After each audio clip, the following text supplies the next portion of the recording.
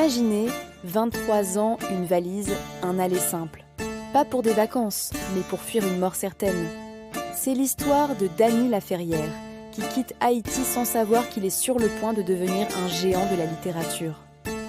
Dany grandit à Petit Goâve sous la dictature de Papa Doc Duvalier. Son père, opposant politique, est déjà en exil. C'est sa grand-mère, Da, qui l'élève et lui insuffle l'amour des mots dans un pays où le silence est une question de survie. Pour le jeune Dany, les livres deviennent une évasion, un espace de liberté secret.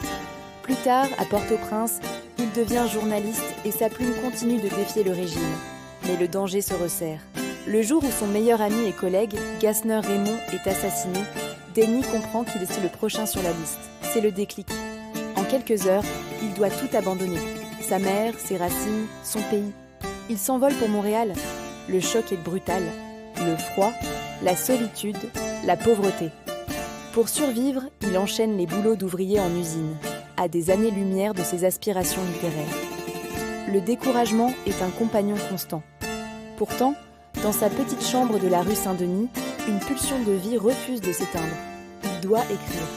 C'est plus qu'un désir, c'est une nécessité vitale. Une façon de crier son histoire au monde. Alors, après ses longues journées à l'usine, il écrit. Avec urgence, avec rage, avec la fougue de sa jeunesse. Il raconte son exil, ses premières news québécoises, ses désirs, ses angoisses. Le manuscrit s'intitulera « Comment faire l'amour avec un nègre sans se fatiguer ?»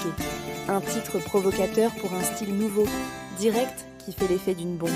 Publié en 1985, le livre est un succès foudroyant. De l'usine à l'Académie française, le parcours de Dany Laferrière est une leçon de résilience extraordinaire.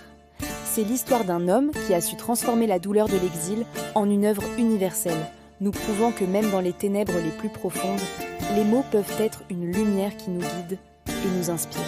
Merci d'avoir écouté cette histoire incroyable. N'oubliez pas de vous abonner pour découvrir d'autres destins hors du commun. À très bientôt